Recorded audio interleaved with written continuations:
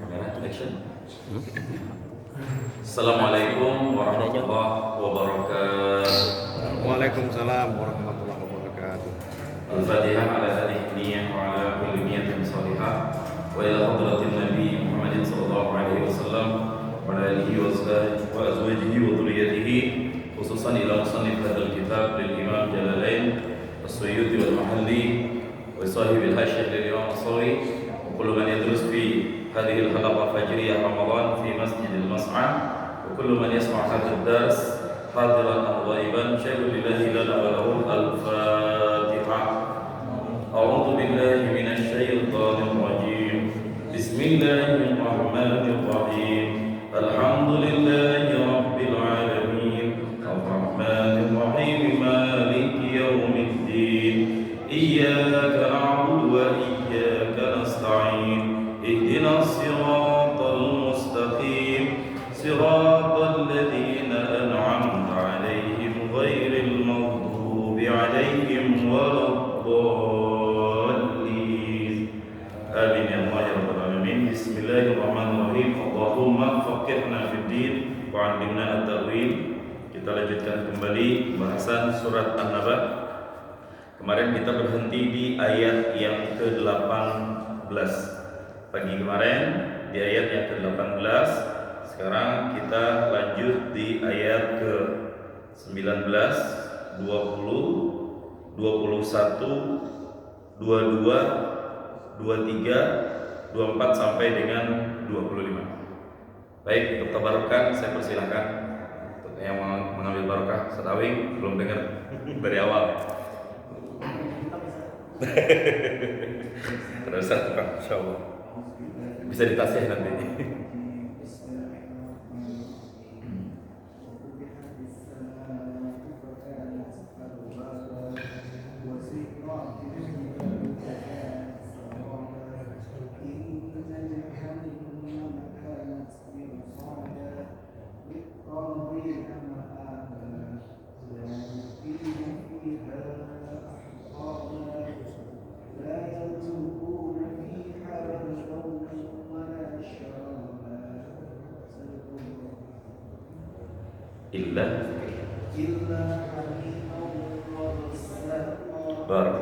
Kita cukup sampai sini. Syakarallahu lakum. Bismillahirrahmanirrahim. Sedikit diulang, kemarin kita sudah membahas tentang 9 tanda kekuasaan Allah Subhanahu wa taala, ciptaan langit, bumi, matahari, Allah turunkan hujan yang dengannya tumbuh benih, tumbuh tanam-tanaman yang bisa dimakan oleh hewan, bisa dimakan oleh manusia. Dan itu merupakan jawaban amma yatasaalun. Orang-orang Quraisy saling bertanya, apakah benar bahwa hari kebangkitan itu memang ada? Dan Allah menjawab, inna yawmal fasli kana miqata. Hari perpisahan itu pasti akan terjadi. Itulah hari yang hanya Allah yang tahu. Di dalam tafsir dijelaskan fi ilmihi wa qada'ihi. Pasti akan terjadi, tapi semuanya di dalam ilmunya Allah dan juga di dalam ketetapannya Allah Subhanahu wa taala. Kita nggak pernah tahu. Yang pasti ketika hari itu sudah terjadi, fatatuna afwaja. Semua orang nanti akan datang berbondong-bondong untuk mempertanggungjawabkan amalnya. Apa nuansa dan bagaimana suasana pada hari itu? Wa futihatis samaa'u fakanat abwaba. Wa futihatis sama', dan dibukakan akan langit-langit.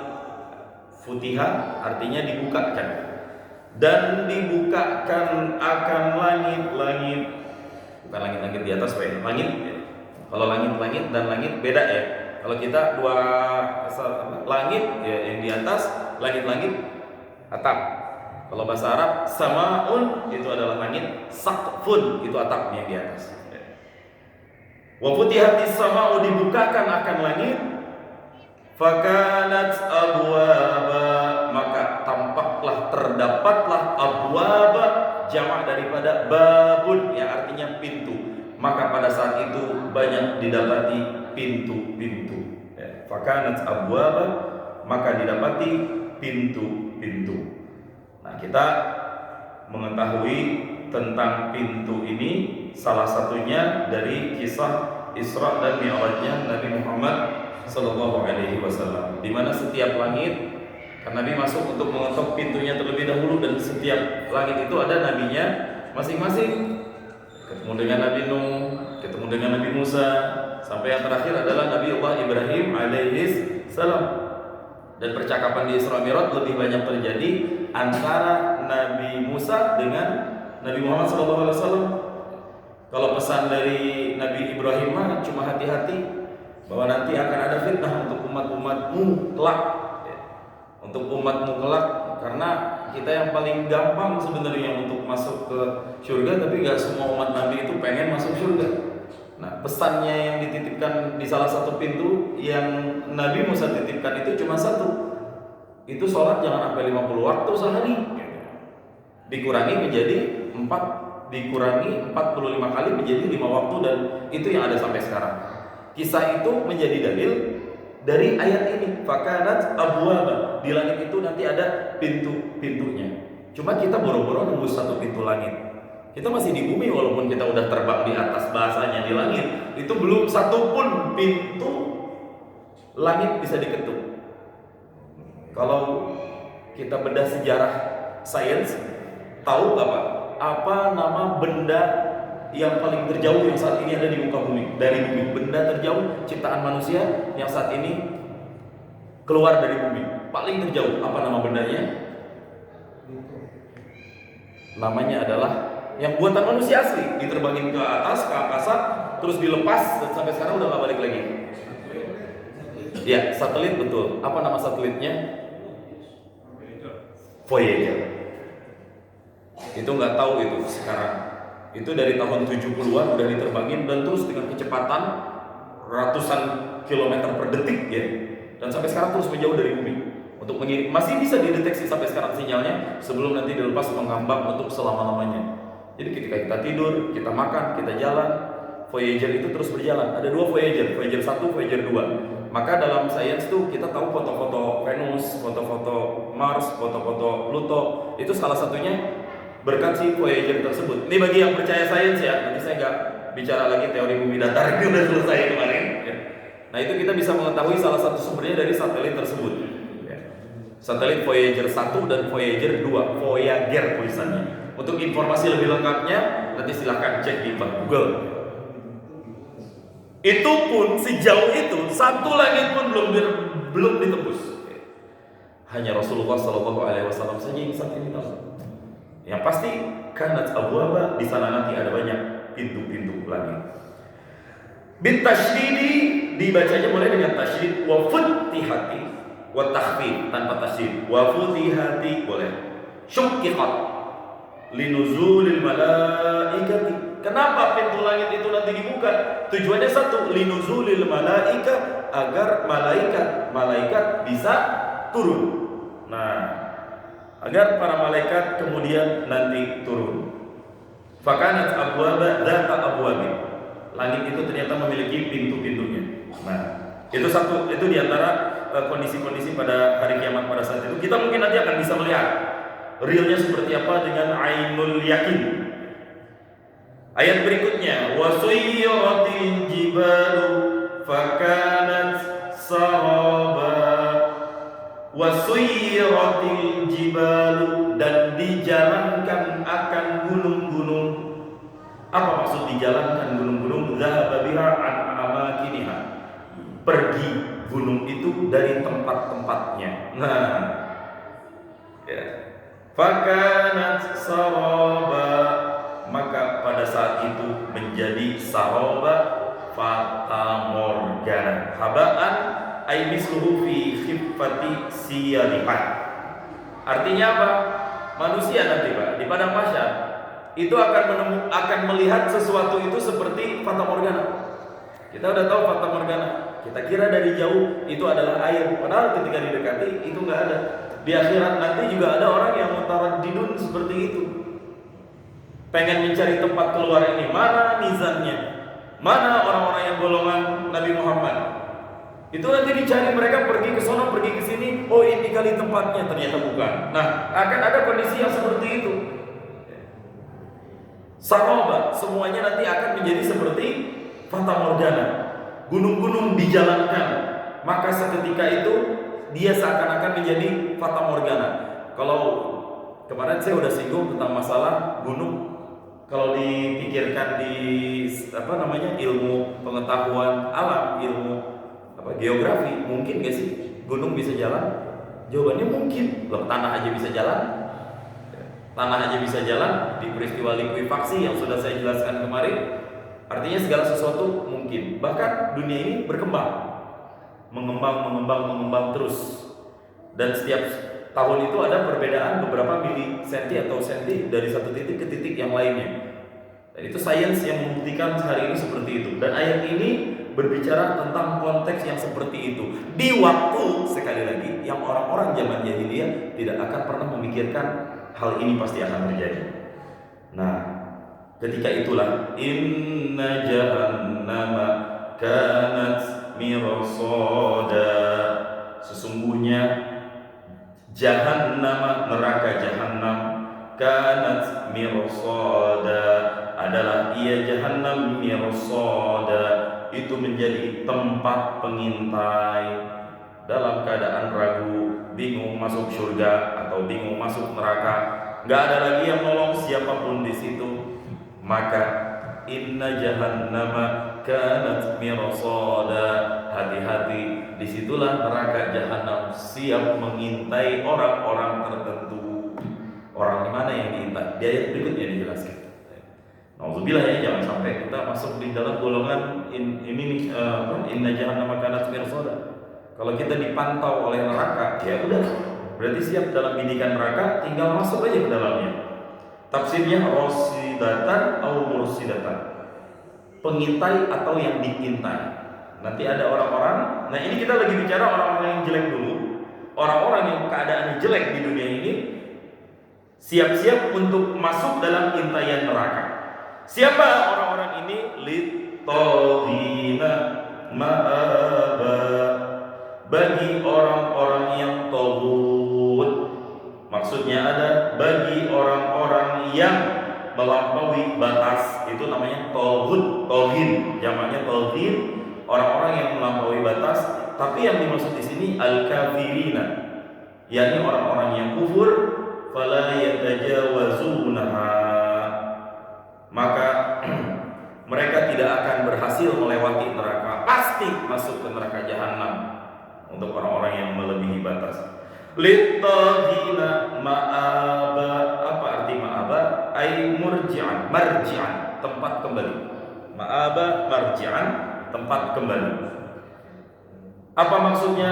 Lahum fayadkhulunaha, bagi mereka orang-orang yang melampaui batas, fayadkhulunaha, mereka pasti akan kekal di dalam neraka selama-lamanya. Waliyadzubillah, insyaallah. Ini peringatan untuk kita semuanya, jangan sampai masuk di sini. Labithina fiha ahqaba. Labithina, apa arti labithin? Labithina ini kalau di dalam tafsir hal muqaddaratun ay muqaddar lubtu. Ini menjadi hal keadaan yang ditentukan, ay muqaddarun lubtu, sudah ditentukan kapan kadar lama waktunya mereka akan di dalam neraka. Karena nanti ada orang yang masuk surga tanpa harus masuk neraka. Ada orang yang masuk neraka terus keluar masuk surga. Ada orang yang masuk neraka enggak keluar dari neraka. Nah, itu tiga keadaan itu. Yang pasti dari tiga keadaan itu, bagi kita orang-orang yang beriman pasti masuk surga insyaallah. Cuma sekali lagi nggak tahu masuk neraka dulu apakah enggak, gitu doang. Yang enggak menjadi jaminan kita di situ. Tapi yang pasti ada iman di hati kita. Yakini sabda Rasulullah, barang siapa yang ada iman di dalam hatinya, walaupun imannya hanya sebesar biji sawi, dia pasti akan masuk surga. Cuma yang menjadi permasalahan masuk neraka dulu apa enggak, itu aja yang kita nggak tahu. Ya, jangan ditanya nanti berapa lama di dalam nerakanya, kita nggak tahu. Yang pasti muqaddaratun, semuanya sudah dihitung dan diprediksi, sudah ada perkiraan waktunya. Labithina fiha ahqaba, yang pasti orang-orang yang kufur khusus bagi orang-orang yang kufur, labithina fiha ahqaba. Mereka akan tinggal kekal dalam waktu yang sangat lama di dalam neraka tersebut. Tafsirnya dahuran, beberapa tahun lamanya. La nihayata laha, tidak akan ada ujungnya. Ahqaba jam'u haqbin, jamak dari kata-kata haqbun, haqbani, ahqabun. Bidhammi awwalihi, huqbun dengan didomakan awalnya. Bukan haqbun berarti dibaca huqbun. Nah, kalau kita tadi fokus menyimak tilawahnya guru kita Ustaz Mudhafi, itu dijelaskan tuh di dalam ayat yang beliau bacakan. Berikan kabar gembira untuk orang-orang yang ada di surga. Setelah sebelumnya ayat yang beliau baca berbicara tentang orang-orang yang masuk neraka. Waliyadzubillah. Nah, di dalam tafsir di sini ada ifadah tambahan, Pak. Neraka itu wahwa samanuna sanatan. Lama di neraka itu boleh jadi wahwa samanuna sanatan. Lamanya ini bisa jadi 80 tahun. Ini enggak.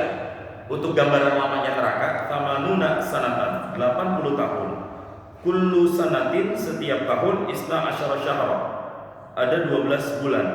Kullu syahrin, setiap bulannya, salasuna yauman, 30 hari. Sama nih sampai sini. Wa kullu yaumin, setiap hari, alfa sanatin, lamanya seperti hitungan 1000 tahun. Ya, itu neraka. Anil Hasan qala, diriwayatkan dari Imam Hasan berkata, innallaha ta'ala, sesungguhnya Allah Subhanahu wa taala lam yaj'al li ahlin nar, tidak menjadikan Allah bagi ahli neraka muddatan, hanya sesaat saja.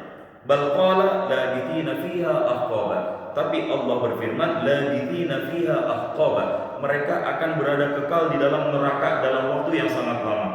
Maksudnya apa? Wallahi, demi Allah, ma huwa illa idza madha haqaba dakhala haqbun ilal abad. Ahqab ini artinya waktu yang sangat panjang, seperti dimensi haqbun itu seperti lubang. Ketika dia masuk ke satu lubang waktu, dia jatuh ke lubang waktu berikutnya. Seakan-akan tidak akan pernah ada habis-habisnya. Orang yang udah masuk ke dalam neraka, sekecil apapun azabnya yang dia rasakan. Itu nasib orang-orang yang ada di dalam neraka seperti itu. Ilal abad, selama-lamanya. Seakan-akan dia selama-lamanya. Meskipun nanti entah kapan di waktu yang sangat lama dia bisa jadi keluar dari neraka. Itu keadaan orang-orang yang tidak baik, orang-orang yang tidak beriman, orang-orang yang taghin. Walaysa lil aqabi iddatun ilal khulud. Tapi bagi orang-orang yang kufur itu enggak ada kesempatan lain illal khulud, kecuali kekal di dalam neraka. Jadi makin banyak waktunya, makin lama waktunya, Pak, orang di neraka itu bukan merasakan azabnya stabil, enggak. Nah, kita pikir udah dikasih standar azab, misalnya panasnya 6000 Celcius, nih contoh. Terus sampai selesai 6000 Celcius, enggak, itu akan bertambah lagi. Panasnya akan bertambah lagi. Lah ahli surga juga sama, nikmatnya bakal terus bertambah. Insyaallah.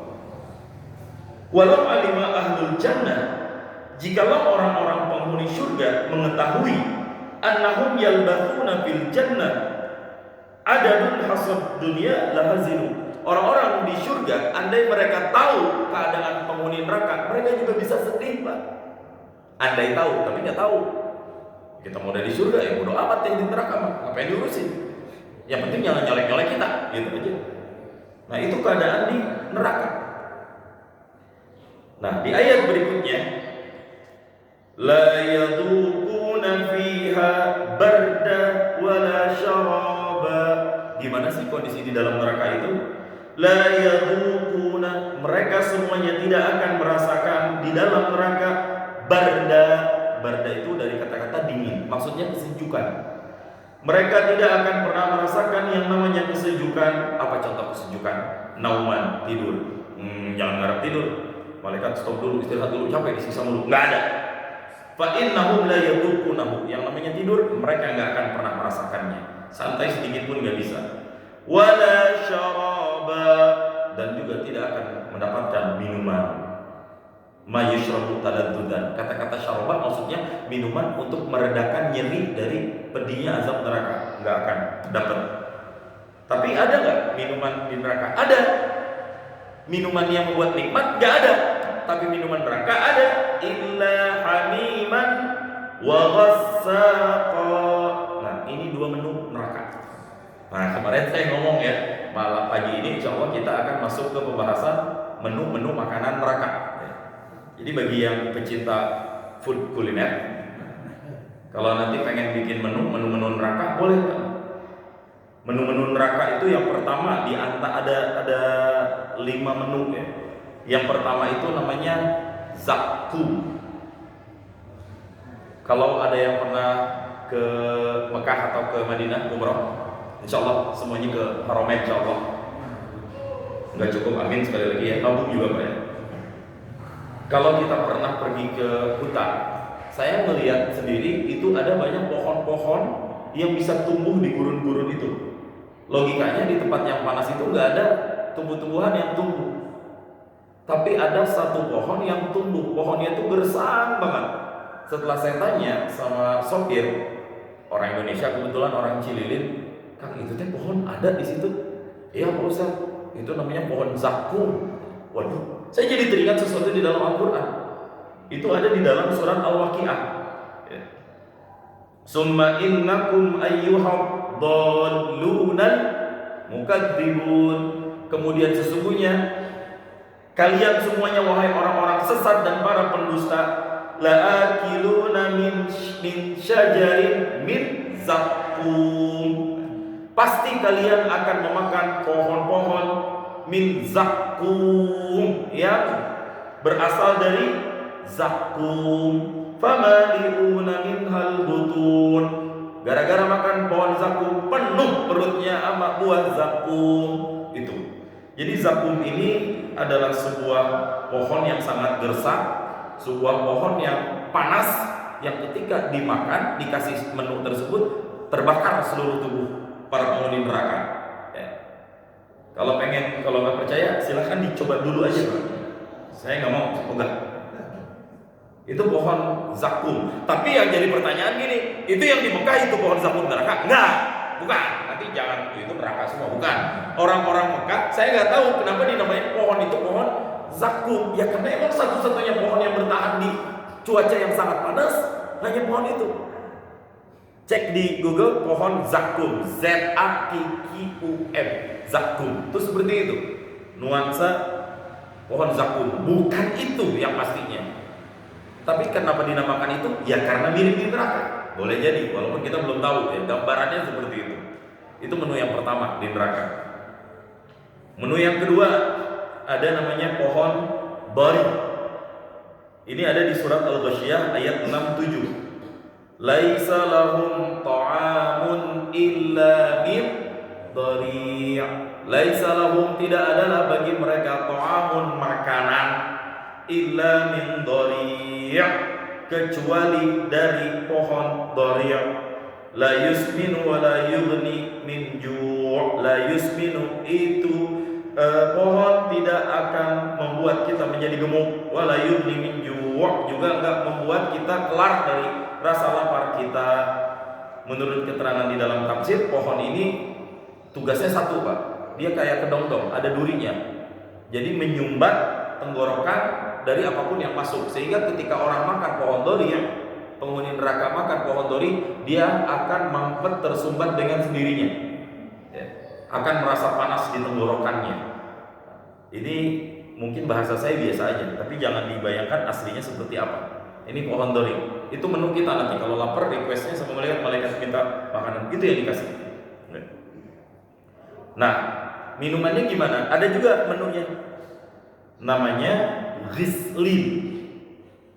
Minumannya namanya Ghislin. Ini ada di surat Al-Haqqah. Wala ta'amun illa min Ghislin. Tiada makanan bagi mereka selain dari Ghislin. Apa itu Ghislin? Nanah yang sudah dibuat dari darah. Jadi minumannya para penghuni neraka itu nanti ya Ghislin. Nauzubillah, darah dan nanah yang udah diekstrak mungkin jadi satu, itulah namanya Ghislin. Nah, yang terakhir menu makanan orang-orang para penghuni neraka ini yang kita bahas nih di surat An-Naba ayat 24 sampai dengan 25. La yadhuquna fiha bardan wa la syaraba illa hamiman wa ghassaqa. Mereka tidak akan pernah merasakan kesejukan illa hamiman, Wa ghassaqa, jadi namanya adalah hamim dan ghassak ya.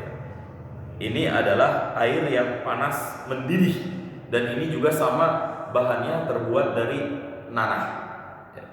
Jadi kalau kita belajar ilmu fikih, nanah itu adalah darah yang sudah berubah warnanya. Makanya nanah dihukumkan jika keluar dari kulit itu mutanajis, karena asal nanah adalah darah, itu jadi minuman. Kemudian nanah yang sudah berubah jadi hamim dan ghassak itu juga jadi minuman orang-orang penghuni neraka dan dipanaskan. Itu yang sudah dipanaskan sehingga keadaannya mendidih-didih. Masya Allah. Ini kondisi orang-orang yang ada di dalam neraka. Hamiman ma'un harun ghayatul harar, air yang panas di puncak paling panas, di puncak kepanasan. Nah itulah hamiman, namanya hamim. Ghassaqa bitakfifi wa tasydid, boleh dengan tanpa syiddah, boleh dengan syiddah. Ghassaqa boleh, ghassaqa juga boleh. Ma yasilu min sadidi ahli nar, bahkan dia ini bisa mengalir dari nanahnya para penghuni neraka itu sendiri. Kan udah dibakar tuh, keluar darah, keluar nanah, itu diambil, nanti dihidupkan lagi, dijadiin makanan minuman untuk mereka sendiri. Fa innahum yadhuqunahu jawazu bidzalika, mereka akan merasakan itu ya, dengan akibat perbuatan buruk yang mereka lakukan. Jazaa'u wifaqa, ayat berikutnya, akibat perbuatan buruk yang mereka lakukan sendiri selama mereka berada di dunia. Insyaallah. Nah ini kita nggak pernah kepikiran Pak, gimana kondisi di neraka itu ya Allah. Ini gambaran-gambaran seperti ini hanya gambaran kata-kata dari Allah Subhanahu wa taala, yang kalau orang yang memahami maksudnya, ketika dibacakan ayat ini, itu minimal pun bergetar hatinya, takut. Ya Allah, gimana kalau saya nanti ternyata sesuai dengan isi ayat ini? Gimana kalau kita nanti semuanya masuk ke dalam golongan ini? Terus susahnya di situ. Ya. Makanya bukan berarti kita hidup harus terus dalam keadaan takut. Kita juga berhak bahagia, Pak. Minta kebahagiaan di dalam dunia ini, minta kebahagiaan di dalam akhirat ini. Minimal 3 aja yang kita minta sama Allah. Ya ini diajarin sama Nabi. Yang pertama, Allahumma a'inna ala dzikrika. Kita minta ya Allah, mudah-mudahan kita terus bisa mengingat-Mu ya Allah. Maksud dzikrika itu berzikir. Apa itu berzikir? Ingat Allah. Gimana kayak caranya? Atas nama mengingat Allah itu zikir. Dasar katanya seperti itu. Dan zikir ini bisa dengan qaul, bisa dengan qalb. Zikir termasuk ibadah yang diluaskan waktunya, Pak. Sekali lagi, zikir adalah ibadah yang waktunya sangat diluaskan. Beda dengan Al-Quran. Membaca Al-Quran betul kapan aja dianjurkan, tapi dalam ilmu adab ya, dalam ilmu adab itu di kitab Minahus Saniyah tidak disunahkan orang yang hatinya lagi sibuk untuk baca Al-Quran. Otak lagi mikir ini, otak lagi mikir gawean, otak lagi war tiket buat mudik, tapi hati pengen baca Al-Quran, itu gak dianjurin. Boleh. Tapi gak dianjurkan. Kapan dianjurkan baca Al-Quran? Ketika hati benar-benar kosong, sehingga otaknya concern full ke Allah Subhanahu wa taala. Lagi lapar, ya makan dulu, kecuali puasa. Lagi haus, minum dulu, baru baca Al-Quran. Tapi zikir dalam segala kondisi itu bisa. Mohon maaf, sampai disebutkan dalam keadaan berjima dan di kamar mandi kita masih bisa berzikir. Tapi zikirnya diubah dari zikir lisan menjadi zikir hati. Boleh. Sebagai bentuk mengungkapkan rasa terima kasih kita kepada Allah Subhanahu wa taala. Zikir. Arti zikir sekali lagi mengingat Allah dalam segala keadaan. Nah, ini susah. Mengingat Allah every time, every week, segala saat. Karena orang kalau udah ingat Allah, maksiat enggak akan dilakukan. Dan susah, ya Allah, jauhkanlah kami dari perbuatan maksiat. Ya Allah, buatlah kami susah untuk melakukan maksiat. Itu maksud a'inna ala dzikrika. Kemudian yang berikutnya, Allahumma a'inna ala dzikrika. Yang pertama, yang kedua, wa syukrika. Minta sama Allah untuk menjadi hamba Allah yang bersyukur. Nah ini susah Pak nih, sampai di level ini nih. Kita selama ini mengartikan syukur berterima kasih saja kepada Allah. Padahal maknanya enggak seluruh dan enggak melulu seperti itu. Dampak daripada rasa syukurnya seseorang kepada Allah Subhanahu wa taala itu satu, dirinya merasa kaya. Sekali lagi, dampak orang yang senang bersyukur dan selalu bersyukur kepada Allah, dia akan merasa menjadi orang yang paling kaya di dunia ini. Padahal isi rekeningnya boro-boro untuk hidup sebulan, mungkin untuk hidup 10 hari ke depan aja dia pas-pasan. Tapi dia merasa seakan-akan seperti punya harta yang bisa mencukupi untuk 7 turunan dia ke depannya. Itu ciri-ciri orang yang punya rasa syukur. Karena apa? Untuk kita sampai pada titik syukur, itu butuh syukur lagi, Pak. Alhamdulillah kita masih bisa bersyukur. Bersyukur ini butuh syukur lagi. Dan butuh syukur itu butuh syukur yang baru lagi, butuh syukur yang baru lagi, butuh syukur yang baru lagi, sampai kapan? Ya tak selalu, gak akan ada habis-habisnya. Makanya minta, ya Allah, a'inna ala dzikrika wa syukrika. Dampak kedua dari orang-orang yang bersyukur, hidupnya akan berupaya dengan maksimal untuk tidak ketergantungan dengan orang lain. Karena apa, Pak? Orang menjadikan kebahagiaan itu standarnya banyak. Ada orang yang menjadikan standar kebahagiaan harus punya mobil. Ada orang yang standar bahagianya harus punya followers banyak, harus viral, harus punya pangkat, harus punya jabatan, istrinya harus, saya nggak bolong 3 ya Pak, 1 tapi cantik misalnya. Dia menjadikan ini semua sebagai standar untuk bisa merasakan satu kata, yakni bahagia. Mana lebih pintar dengan orang yang hanya menjadikan satu standar bahagia aja dan itu udah cukup menemukan kata-kata bahagia. Hanya dengan contoh, misalnya asal bisa ngopi aja tiap hari. Nah, saya udah bahagia. Jadi standar bahagia dia cukup satu, ngopi aja.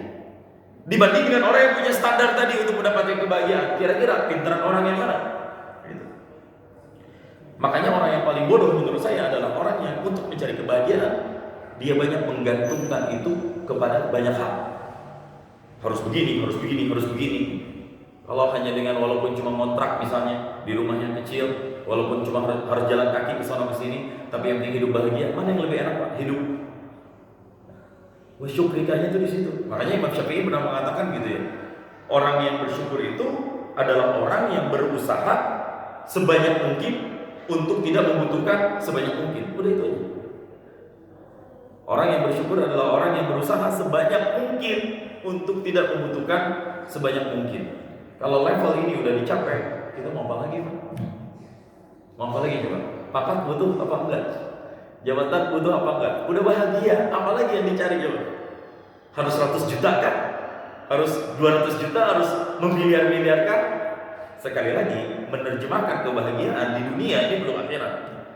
Ini butuh standar dan kita lah yang kemudian menciptakan standar hidup tersebut. Insya Allah. Jangan sampai masuk terjebak untuk mencari kebahagiaan ini, ujung-ujungnya littazina ma'aba. Ujung-ujungnya malah menjadi orang-orang yang melampaui batas. Na'udzubillah wa liyadzubillah. Baik, Masya Allah. Dan itu semuanya adalah jazaa'u wifaqa, adalah sebagai balasan yang sesuai untuk orang-orang yang melampaui batas di dalam hidupnya. Masya Allah. Baik, saya baca lanjutnya. Innahum kanu la yarjuna hisaba. Innahum, sesungguhnya mereka, kanu adalah mereka semuanya, la yarjuna, mereka semuanya tidak mengharapkan. Apa maksudnya tidak mengharapkan? Yakhafunahu, mereka takut. Apa yang mereka takutkan? Hisab, akan yaumil hisab, perhitungan. Orang-orang yang kufur kepada Allah nanti takut dia, Pak. Takutnya satu, hisab, dihitung semua amalan-amalannya. Li'inkarihim al-ba'tha, karena mereka mengingkari bahwa nanti akan ada hari kebangkitan. Udah bingung, nggak tahu bagaimana nasibnya. Dalam kebingungan itu ada rasa takut. Apa takutnya? Hisab. Mereka takut dihisab amal-amalnya. Satu tuh, gara-garanya apa? Mengingkari bahwa nanti akan ada hari kebangkitan. Ayat berikutnya, wa kadzdzabu bi ayatina kidzaba. Wa kadzdzabu, dan mereka mendustakan bi ayatina, dengan ayat-ayat kami. Apa maksudnya dengan ayat-ayat kami? Al-Qur'an. Mereka enggak percaya dengan Al-Qur'an. Kidzaba maksudnya takdziban, dengan dusta yang sebenar-benarnya. Kidzaba dengan dusta yang sebenar-benarnya. Mereka berdusta dengan sebenar-benarnya dusta kepada Al-Qur'an. Enggak yakin, enggak percaya dengan Al-Qur'an. Ayat berikutnya, wa kulla syai'in ahsaynahu kitaba. Wa kulla syai'in, dan akan tiap-tiap sesuatu, ahsaynahu ay dhabatnahu, sudah kami tetapkan kitaba, ketentuannya masing-masing. Kataban fil lauhil mahfuz, artinya apa? Semuanya pada ujung-ujungnya sudah tercatat di lauhil mahfuz. Apa tujuannya Allah mencatat semuanya? Linujaziya alaihi, supaya bisa nanti kami balas ke atasnya orang itu, min dzalika, dari perbuatan mereka, takdzibuhum, pendustaan mereka, bil Qur'an, dengan Al-Qur'an. Maka pada saat itu, fadzuqu falan nazidalakum illa adzaba. Fadzuqu, maka rasakanlah olehmu. Kalau kita kan enak banget kalau ada orang yang kita keselin, jatuh kena musibah, udah paling gas loh, makan gitu. Karena ini Allah juga sama kepada orang-orang yang kufur. Fadzuqu, rasain loh dari neraka. Fadzuqu ay fayuqalu lahum fil akhirati inna wuqu'il adabi dzuqu jazaakum. Artinya fadzuqu, maka rasakanlah. Artinya fadzuqu, maka rasakanlah. Maksudnya apa? Fayuqalu lahum fil akhirah, nanti akan dikatakan bagi mereka para penghuni neraka di akhirat, inda wuqu'il adabi, ketika jatuhnya azab kepada mereka, dzuqu jazaakum, rasakanlah olehmu pembalasan kalian. Ya, persis kayak kita, garas lu, rasain lu. Nih mungkin kata-kata rasain lu dari sini Pak, inspirasinya. Tapi bukan untuk orang, ini hanya hak Allah Subhanahu wa taala. Jangan sekali-kali kita mengucap ke orang. Ya. Tapi yang paling enak Pak, karena kata-kata rasain lu itu ke orang yang enggak kita suka. Udah enggak kita suka, dia kena musibah Pak. Itu paling enak. Asli, ya mungkin dengan sifat buruknya kita sebagai manusia. Tapi kan kalau ada orang soleh, orang-orang baik, tetangga yang baik, orang-orang yang pernah berbuat baik sama kita, ketika ada musibah, minimal kita juga ikut innalillahi ke dia. Ada yang bisa saya bantu, minimal itu. Tapi kalau misalnya udah jelek, ngeselin, jatuh, sakit, miskin, fadzuqu, rasain lu. Udah, itu paling enak. Minimal pakai kan. Nah, orang kalau udah pakai kan itu pasti enak kan. Nah, gue udah bilang. Nah, Allah juga begitu, Pak. Fadzuqu, maka rasakanlah olehmu. Cukupkah Allah berkata ke kita demikian? Enggak. Falan nazidalakum illa adzaba. Falan, lan ini dalam bahasa Arab, lan ini artinya tidak. Untuk mengungkapkan tidak dalam bahasa Arab ada banyak bentuk. La, lam, lan, itu artinya tidak semuanya. Tapi kalau pakai la, bisa jadi tidak hari ini, iya untuk besok. Kalau lam, itu memastikan dari sekarang jangan berharap akan terjadi. Sama kekuatannya lam ini dengan lan. Kalau lan, sampai ujung kapanpun ini tidak akan pernah terjadi. Makanya lam yalid walam yulad, bukan la yalidu wala yuladu.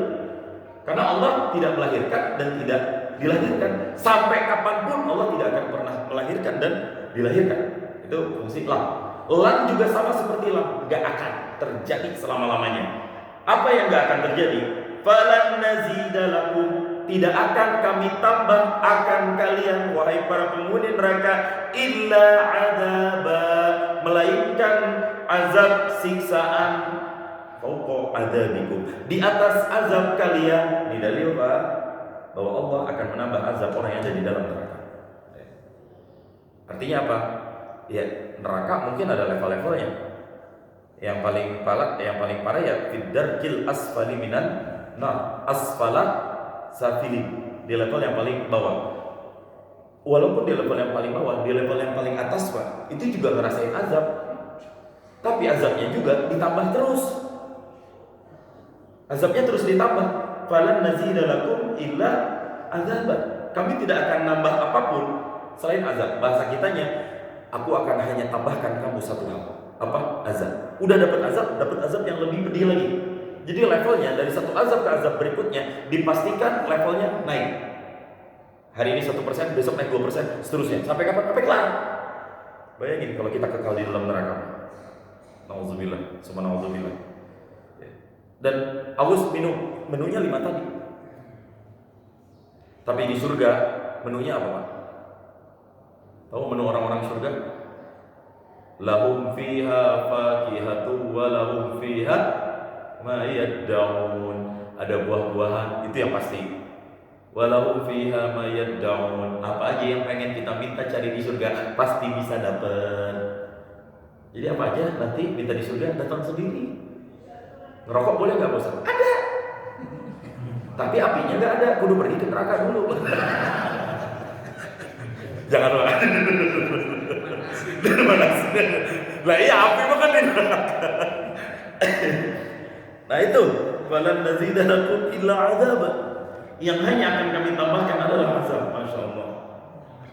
Dan fawqa azabikum, azab di atas azab. Wal muradu bil muttaqin man ittaqasyirka bi allam yamutu kufara. Tapi Pak, level di sini yang dimaksud dengan ayat di sini lebih dipertegaskan hanya satu hal. Al muradu bil muttaqin yang dimaksud di sini orang-orang yang tauhid adalah ada orang-orang yang selamat dari perbuatan ini, yakni man ittaqasyirka, orang-orang yang takut dengan kesyirikan kepada Allah. Bi allam yamutu kufara. Syaratnya satu, jangan mati dalam keadaan kufur dan titik. Ya. Itu aja kuncinya. Makanya di Al-Quran di ayat yang lain wala tamutunna illa wa antum, itu aja yang kita minta Pak. Jangan sampai kita mati dalam keadaan kufur kepada Allah Subhanahu wa taala. Insyaallah. Insyaallah besok kita akan masuk ke keadaan orang-orang yang beriman. Innalil muttaqina mafaza. Innalil muttaqina mafaza. Nah, Al-Quran begitu terus ya. Ada jelek-jeleknya, ada baiknya. Ini hari ini Allah bicara tentang, Allah berfirman tentang kondisi buruk-buruk para penghuni neraka. Besok akan dibahas kebaikan-kebaikan yang akan dinikmati oleh para penghuni surga semuanya, insyaallah ya. Dan menunya yang dibahas di sini dua, hamiman wa ghassaqa. Jangan kasih nama anak Hamim ya Pak ya. Namanya siapa? Hamim. Hamim kalau maksudnya adalah Al-Quran Hamim mungkin, tapi kalau Hamimun minuman neraka. Iya, Hamim kan? Karena saya pernah nanya ada orang, saya pernah mengenal satu orang dalam seumur hidup saya dikasih nama Hamim. Nah kalau di dalam Al-Quran arti Hamimnya itu illa hamiman, air yang mendidih panas, ini bahan neraka. Wa ghassaqa dan nanah. Itu jadi salah satu menu di neraka. Waliyadzubillah. Baik, sampai sini ada yang ingin ditanyakan? Jangan tanya gambaran neraka Pak ya, saya juga nggak paham. Tapi ada gimana Waduh? Ustaz, Ya. tadi saya mendapat amanah dari jamaah yang menyaksikan berita Ustaz. Beliau berpesan, oh ya, saat ini beliau sedang sedih Ustaz. Beliau berpesan, ayah, tolong doakan bapak. Ayah andanya meninggal kemarin Ustaz. Istri saya meninggal di Bapak. Makasih Ustaz. Nanti kita doakan bersama-sama setelah ini untuk almarhum atau almarhumah? Almarhum. Iya, kemarin kita mohon maaf saya kemarin di luar dan baru sampai tengah malam tadi jam 3 rumah. Oke, insyaallah doakan. Ada lagi yang ingin dikonfirmasi? Ada yang belum sholat goib untuk almarhum udah bisa nanti sholat goib masing-masing. Nanti sholatnya di sini Ustaz. Sudah dimakamkan? Belum. Allah. rahimahullah. Saya kira sudah dimakamkan. Jam berapa ini sih? Insyaallah jam 7 ya. Setengah 8. 8. Baik. Ada lagi?